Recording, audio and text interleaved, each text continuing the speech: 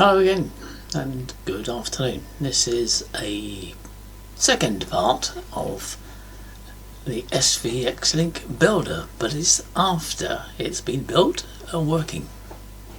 I'm going to give you a demonstration of the SvxLink system together with the SvxReflector and portal combined. So this is where we begin, and we'll go first of all to our repeater dashboard. Here's the dashboard itself. It's completely void of stuff at the moment because it's been inactive. But we're going to stimulate some activity, hopefully with a contact or two, momentarily with some RF.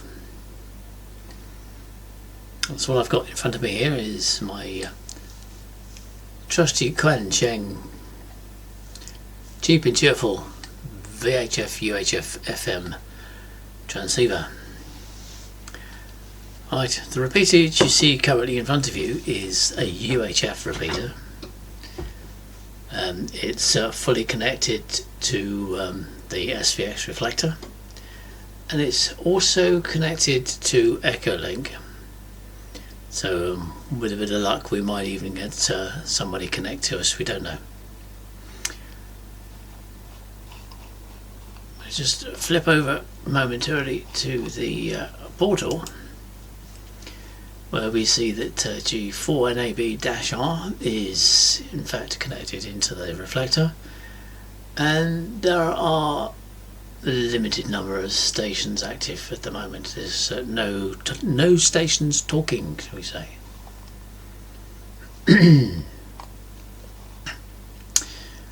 What I'm going to do is connect to some nodes around the country.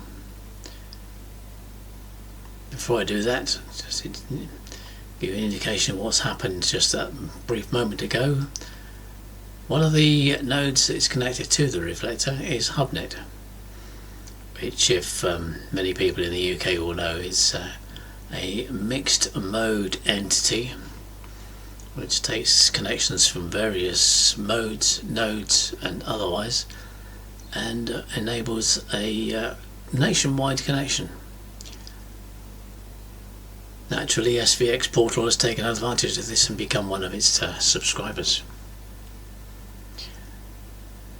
Occasionally some people give it a quick flick on the old PTT, and that's why it's changing blue on the dashboard.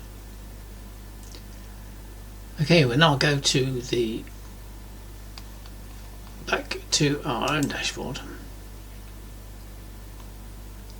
and we'll stimulate some activity. At the present time, I draw your attention to the left hand side where you've got the monitoring talk groups 235, 2350, 23561 and 23562. We can connect to these in one of two ways. The first way is having them programmed to accept a short dial code, a macro, but currently the macros are not enabled, so we shall stick with the DTMF level. To connect to a talk group, we dial RF wise using the DTMF codes on the handset, and the dialing sequence is prefixed with 9-1, which 9 to access the command chain, 1 to stimulate the next command to accept a talk group number, and then a hash to finish it off. So I'm going to connect to the Yorkshire net, which is on 23450, get it right, 23450, and to see if there's anybody about.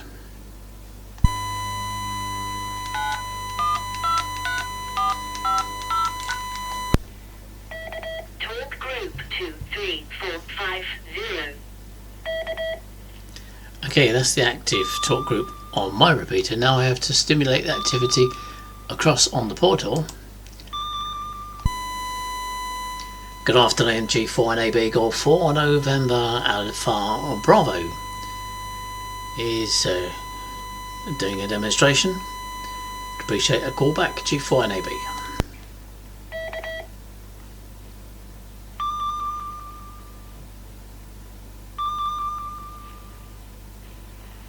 G4NAB, M0DIT. Did you say you wanted a call back there, Chris?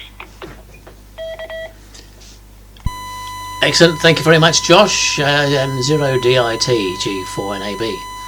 Indeed, I'm making a YouTube video and you are featured at number 1. G4NAB, ever. Oh, very good. Glad I could help out there. Just working from the home office at the minute. I'm full of cold, so I thought I'd spare the others from the delights of it. So I hope everything's going well. And good to hear you on the radio, M0DIT.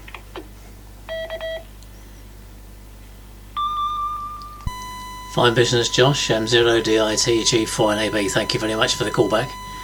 Hope you get well soon. Nothing worse than the cold. And yes, we're publishing the video momentarily as a part of the instructional set for SvxLink. Thanks very much for coming back, and speak to you later in the week, G4NAB. Very good, Chris. 73 G4NAB from M0DIT.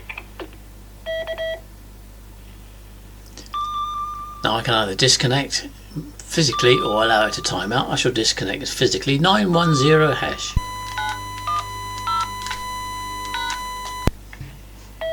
Talk group 0.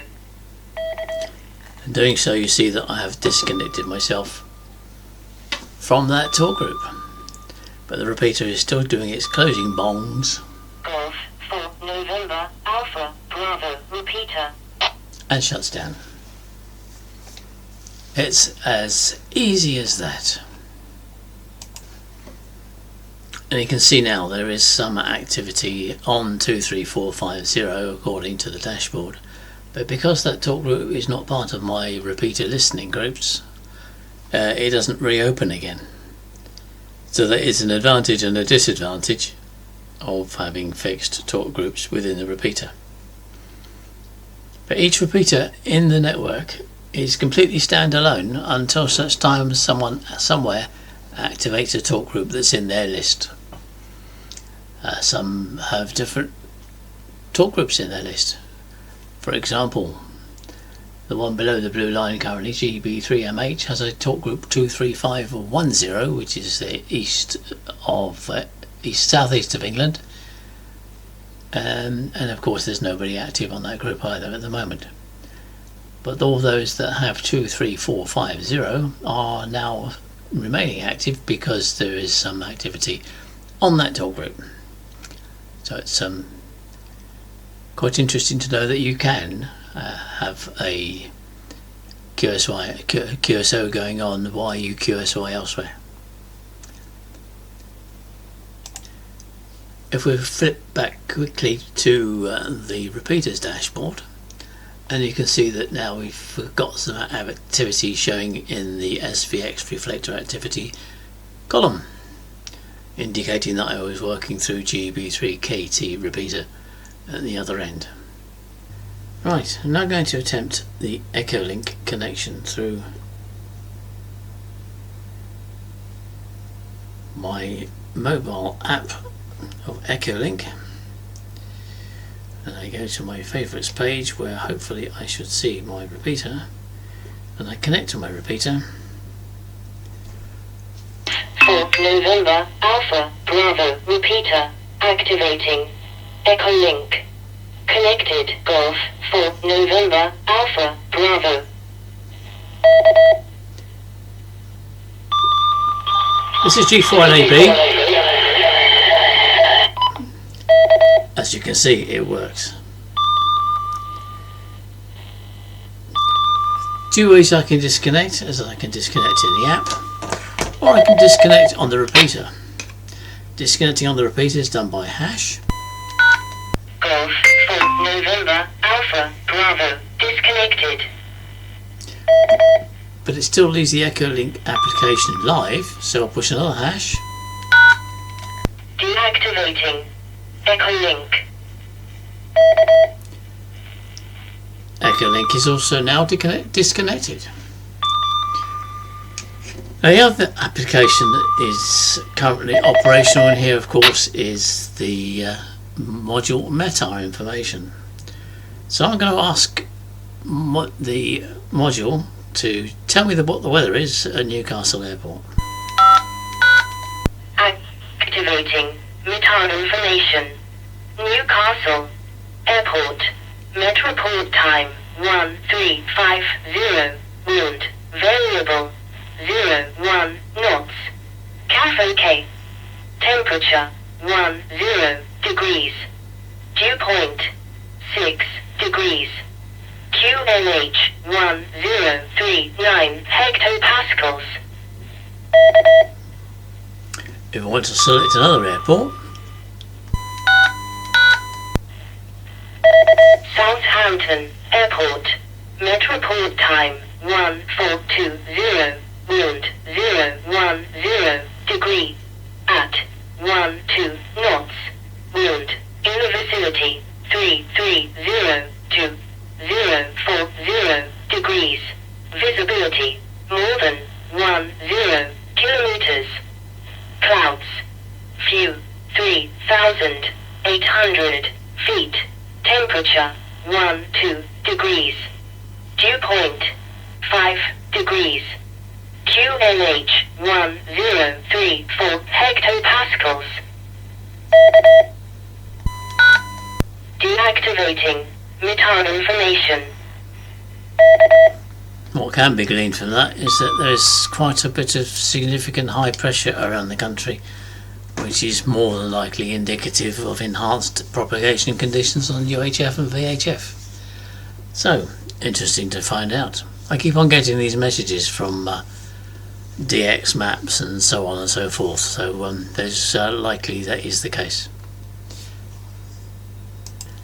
So briefly, that is the way that the SvxReflector and the SvxLink interact with each other, coupled with the use of EchoLink, which, although is perhaps old school communication, it's been going for more than 20 years, as far as I recollect.